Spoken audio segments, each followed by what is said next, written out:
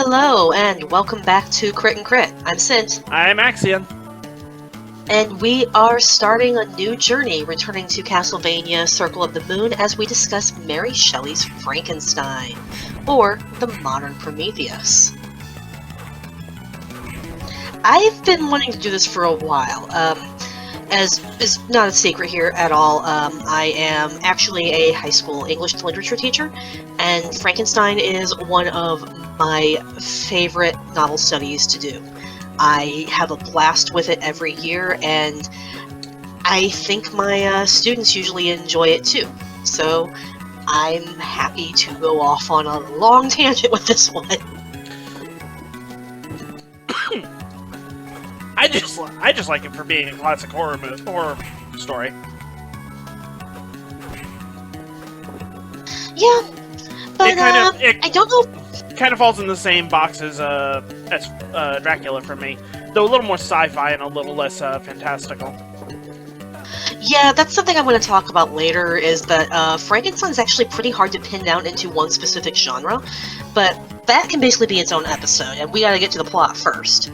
So, the plot is, I know, not what a lot of people think of when they first hear Frankenstein, because Hollywood ruins everything. Yep, and we'll be getting to that in greater detail later. But we just want to say going in, this is not going to be the Frankenstein you know, if you have not actually read the book. There's a shirt that's been on the internet for years that I have never gotten around to getting, but movies ruining the book since 1922. I think it was 1922. I don't remember when the first movie was actually. You know what I mean? We'll put it in post. Let's go ahead and get through the plot. Do you want to start, or shall I start? So the story doesn't actually begin with Frankenstein. He actually is not anywhere in sight for quite some time as far as at the beginning of the story. Hold still. Instead, we begin with a sailor. And my brain just blanked on his name. Walton. Writing to his sister as he prepares to go on a journey searching for the fabled Northwest Passage. Oh, I've been here already. Where was it I was going last time I played? Anyway, Walton is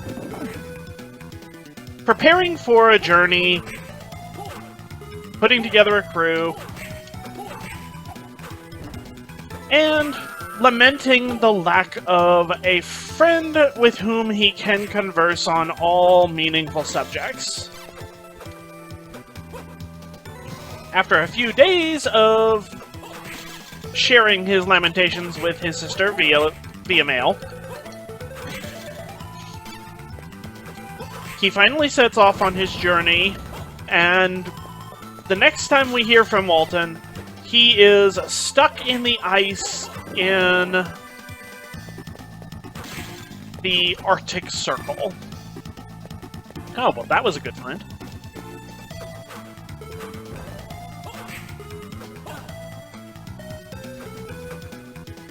His attempt to find a Northwest Passage has not succeeded.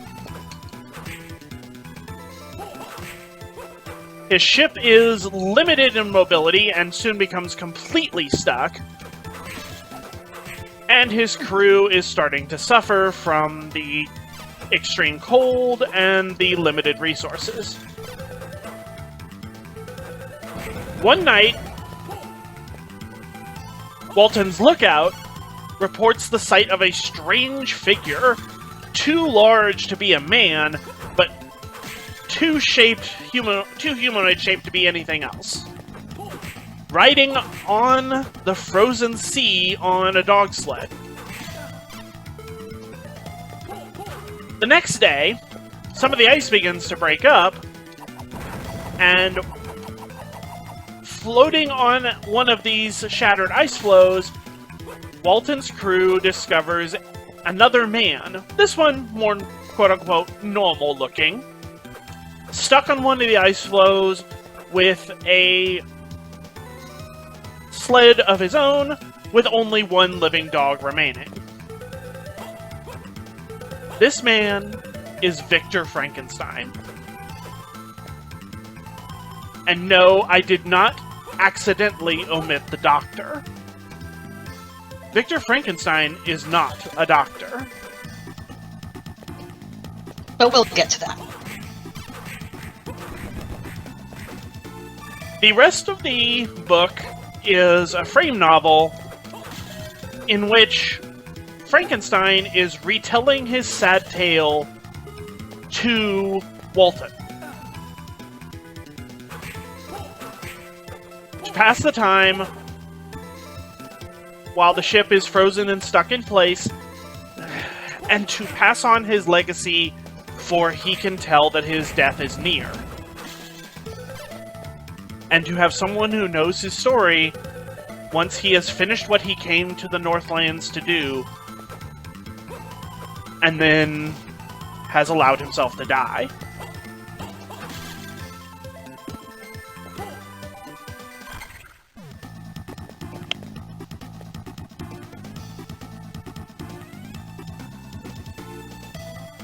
So, this is when we switch narrators.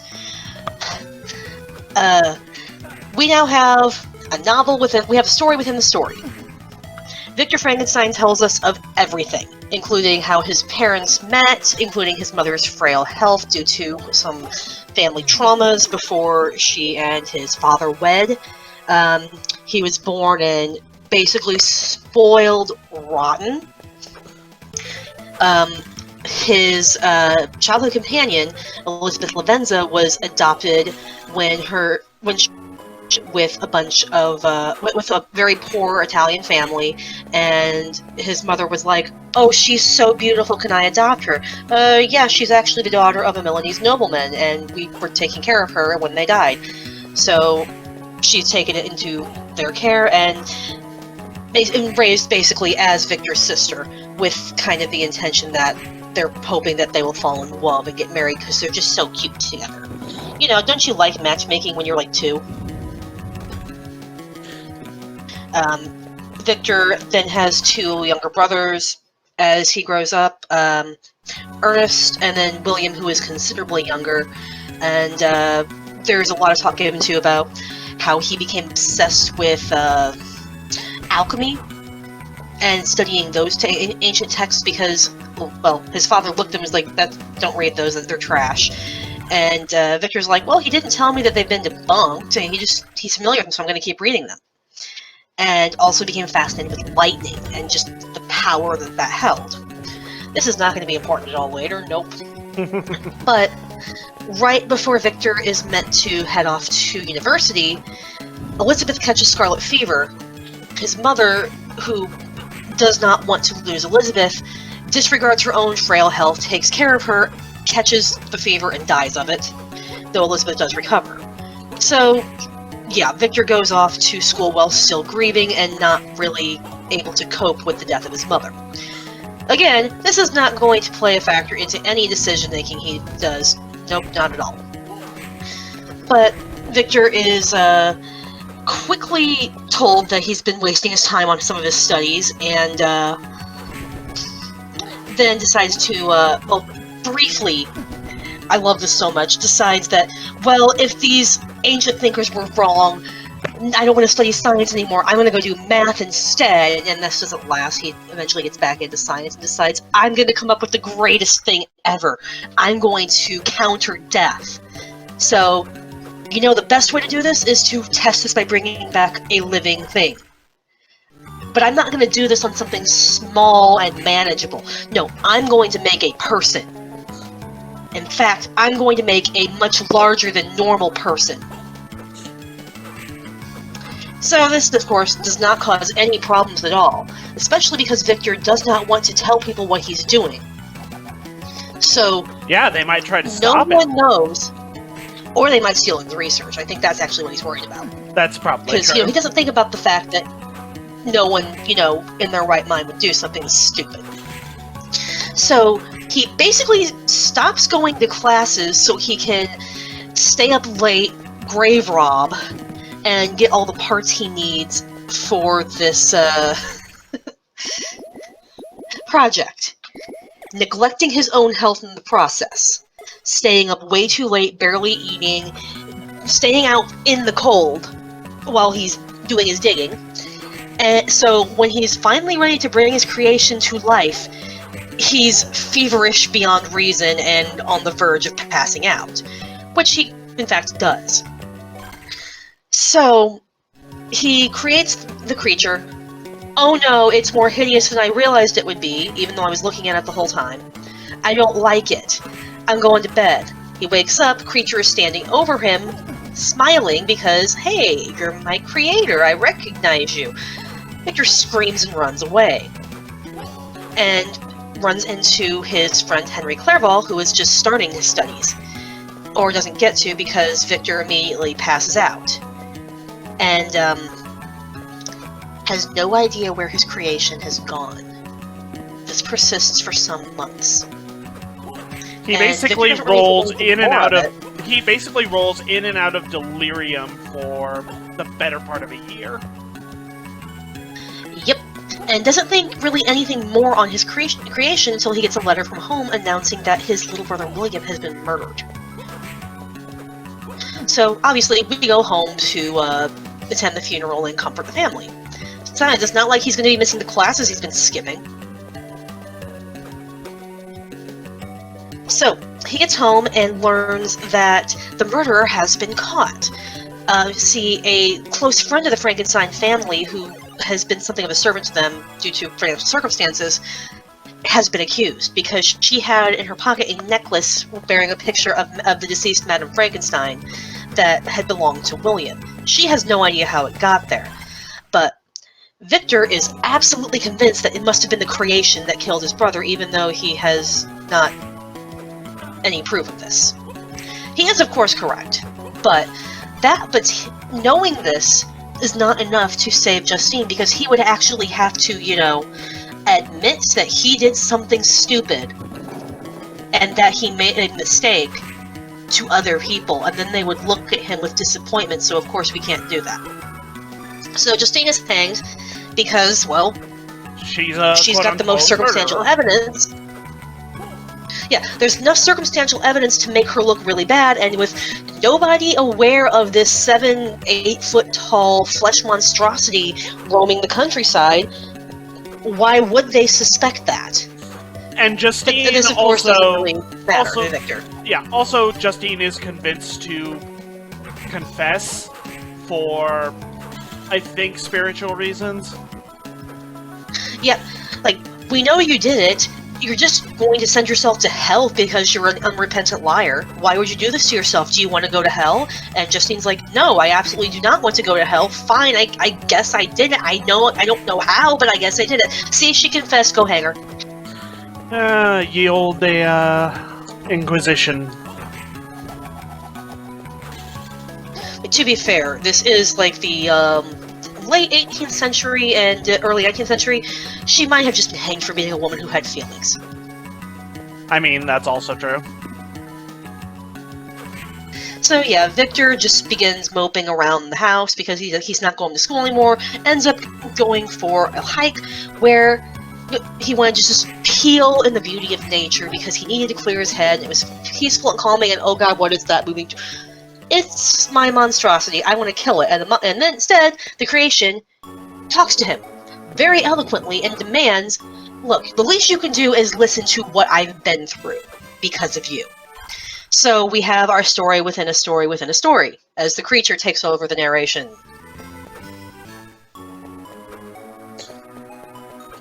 Thankfully, this narration is relatively short, and thus we don't end up in a tangled knot of, wait, who's narrating right now? So the creature... Oh yeah, they're very neatly nested. Yeah. The creature's story begins with him awakening and not really understanding his environment because he's not fully used to using his senses yet. But he does eventually learn to see, to feel, to touch, to smell, and masters his physical capabilities like any other being.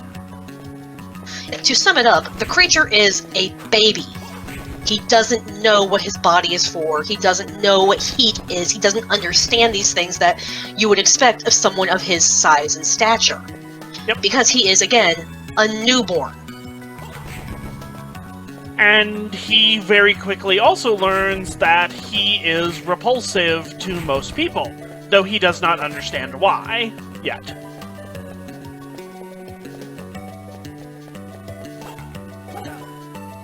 What he does know is he needs to avoid most humans. And for the most part, he does. After a great deal of wandering around, and eventually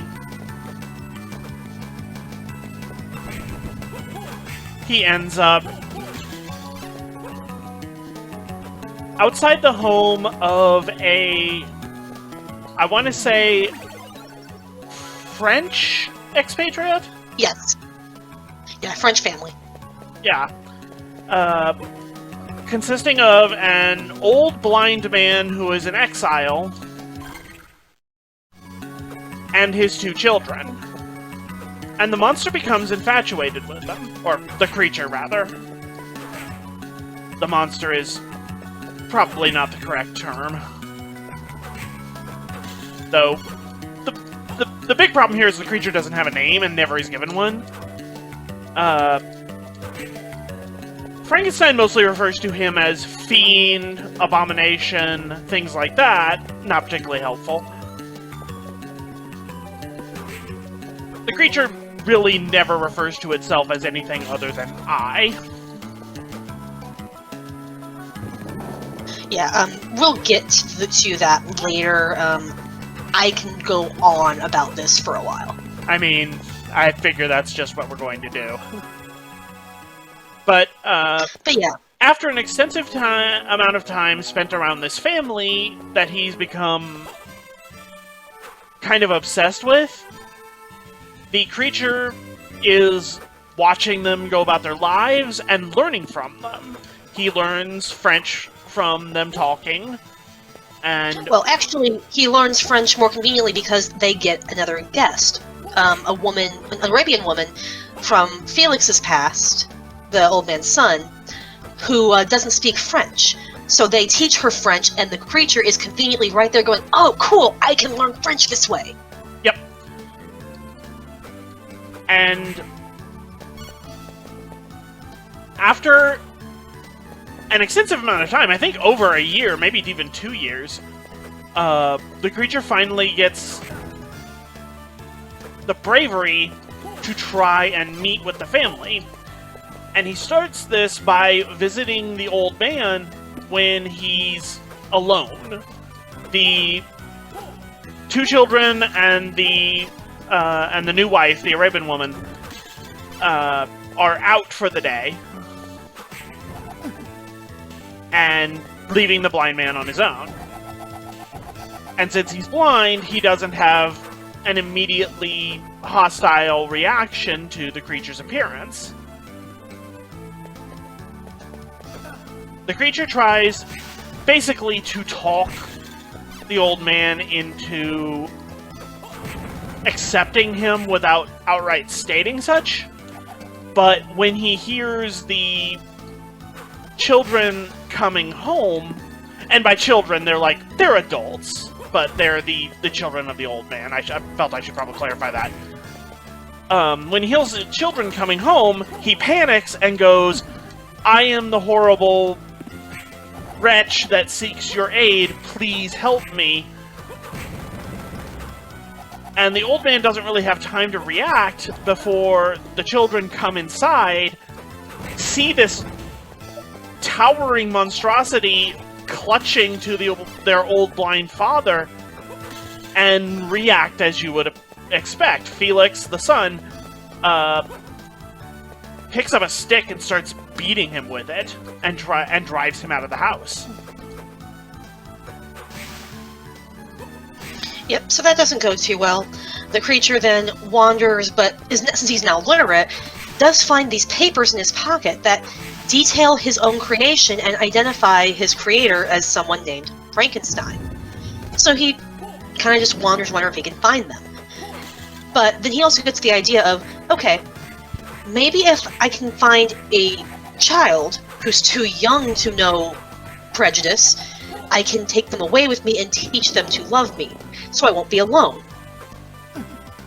Now this is a bad idea for so many reasons, but again, our creation here is 2, so a little naivete. Good decision making is not really going to be a thing. Yeah, there's some understanding for naivete here. Yeah, so he does find a kid. That kid happens to be William Frankenstein, who immediately calls him ugly, a demon, let me go. I'm going to tell my papa to come get you because you're a monster if you don't let me go. And he makes the mistake of saying who his father is, Monsieur Frankenstein. Yeah, and then the creation goes, oh, then you're going to be my first victim, and he strangles him.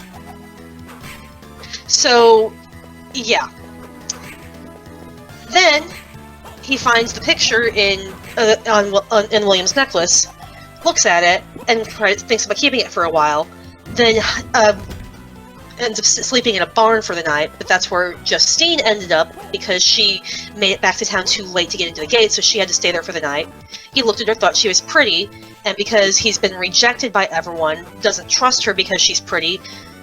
But, as he says, from the sad tale of Felix, I learned how to make mischief, and puts the necklace in her pocket while she's asleep. He has no idea that she is a friend of Victor Frankenstein, but that would just make him want to do it more. Oh, it wouldn't change his mind at all, no. So, after this, he finishes his demand to Frankenstein. I don't want to be alone anymore. Make me a companion. You owe me this. I didn't ask to be born. You made me live this cursed existence of exile. This is the least you could do for me. And by the way, if you don't do it, I'm going to make you regret the day you were ever born.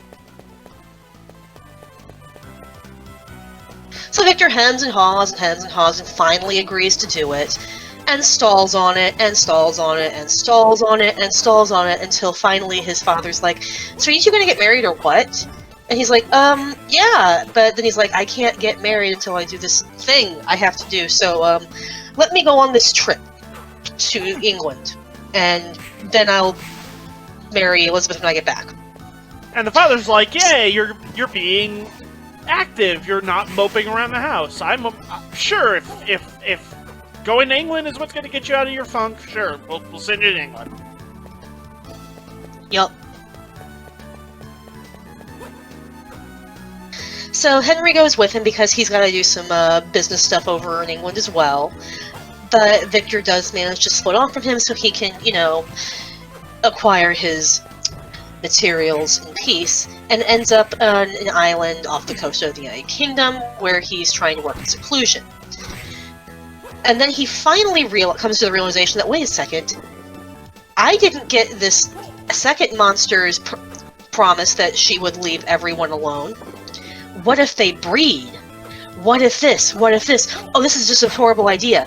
And then he looks out of his window and sees that the creation is in fact watching him to make sure he keeps his promise, freaks out, and destroys the creation because I can't do it after all. The second creation, specifically. Yes. So, Creation 1 looks at him and just says, okay, fine. If that's how you're going to be, then I will be with you on your wedding night. To which Victor interprets, he's going to kill me. But I'm not going to tell Elizabeth because I don't want her to be sad. Also, I would have to admit to a lot of things. So what he finally does is actually tell Elizabeth, I will tell you what's been bothering me the day after our wedding. Just please let me have this one day. Knowing that he thinks he's going to be killed, so he won't actually have to tell her anything. And she'll just, wake up to an inexplicable corpse next to her, which is so much better. Well, yeah, it means he doesn't have to be sad. Or, embarrassed, rather. He's already sad. Yep, not in the way he thinks he is. Yeah. I mean, he is that way too. So, as most readers have probably figured out at this point, the creation doesn't want to kill Victor. The creation wants Victor to be as lonely and distraught as he is. So no, Elizabeth is the one who gets murdered on the wedding night. Victor's father dies of grief soon after, and Victor vows revenge, and has spent the past couple of years trying to chase the monster down, do everything he can to find and confront his creation, and his creation keeps baiting him in case he loses heart, because, well, depressing as it is, this is the most attention his father has ever paid him in his existence, so he's all for it. And he is almost caught up to him at the North Pole when he was stranded on an iceberg and brought on the ship with Robert Walton. Unfortunately, his health has suffered too greatly to see his job through, and he dies not long after this. But the next day, Walton hears something in that room and enters to see, just in time to see the creation bending over his master, grieving. He sees Walton and tries to leave, but Walton tells him to stay. And the creation admits that he has been more miserable since he started this, and he doesn't actually want to kill anyone. Like, I think William had actually been somewhat of an accident in the heat of the moment. Because I think he'd also mentioned, like, trying to silence William's screaming when he died. But Walton yells at him, tells Victor's side of the tale. The monster does call him out on the hypocrisy of this a little bit, but then admits, look, I have nothing left to live for. This was all I had left. He's gone now. I'm gonna go kill myself at the North Pole. I'll build a fire and burn myself to death, because there's no reason for me to stay alive. The world doesn't want me. I've tried everything I can to fit in. It's hopeless. I'll never bother anybody again. And just leaves Walton staring as he disappears off of the horizon, far from sight. And that's the story.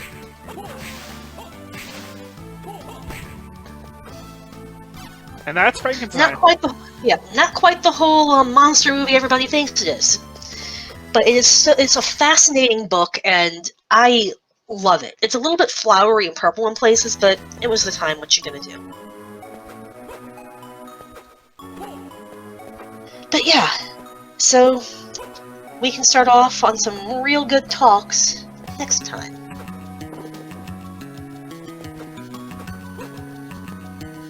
See y'all then.